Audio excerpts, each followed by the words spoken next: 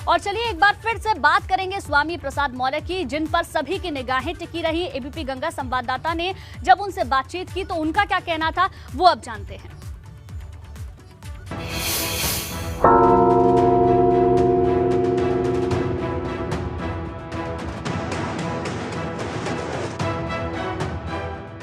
स्वामी प्रसाद मौर्य ने खुद को अर्जुन और अखिलेश यादव की तुलना भगवान कृष्ण से की थी।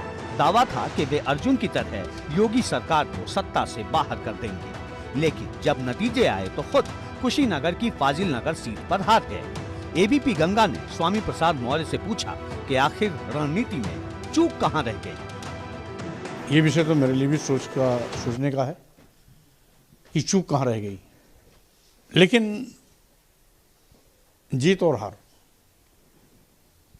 ये दोनों लोकतंत्र के पहलू हैं। जीतने वाला कभी हारता है, हारने वाला भी कभी जीतता है। इसलिए जीत और हार को दोनों समान रूप से देखना चाहिए और लेना भी चाहिए। स्वामी प्रसाद मौर्य ने एबीपी गंगा से कहा कि हम अब गलतियों को दूर करने के तरीके खोजेंगे। मौर्य की माने तो चुनावी नतीजे के बाद अखिलेश यादव से उनकी बातचीत हुई और उन्होंने हाल चाल लिया। हार की वजहों को लेकर कहते हैं कि मुझे घेर कर हराया गया। नागनाथ और सांपनाथ दोनों मिलकर के हमें विजयी नहीं होने दिए। शेरा विजय का उनके हाथ लगा, लेकिन इसका मतलब ये नहीं है कि मैं अपने उस मुद्दे से पीछे नहीं हटा हूं। स्वामी प्रसाद मौर्य सपा में हैं और अब भी उनकी बेटी भाजपा में। संघमित्रा मौर्य बदायूं से भाजपा की सांसद हैं। संघमित्रा मौर्य ने पिता की हार और भाजपा में रहने को लेकर एबीपी गंगा से खुलकर बातचीत की। संघमित्रा मौर्य ने कहा कि मैं भाजपा में ही रहूंगी। पिछले दिनों चुनाव प्रचार के दौरान स्वामी प्रसाद मौर्य के काफिले पर पथराव हुआ था, जिसके बाद संघमित्रा मौर्य पार्टी कार्यकर्ताओं पर जमकर बरसी थी।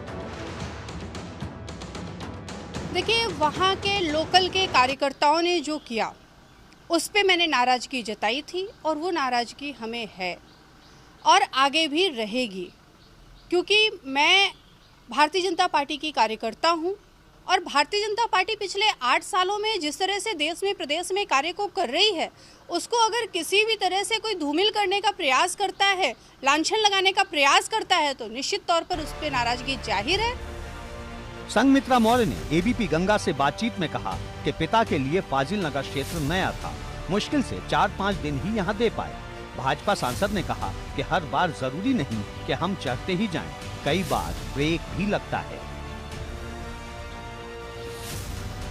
देखिए, राजनीति में जीत और हार एक सिक्के के 2 पहलू हैं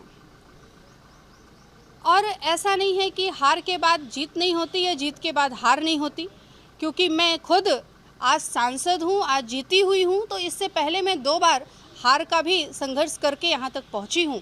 तो निश्चित तौर पे ये दौर हर किसी के जीवन में आना है। कोई भी अमृत पी करके राजनीति में नहीं आता कि वो आ गया तो वो अमर हो गया।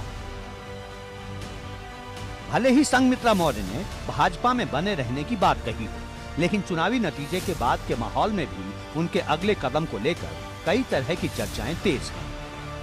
एबीपी गंगा के लिए लखनऊ से शैलेश अरोड़ा के साथ ब्यूरो रिपोर्ट।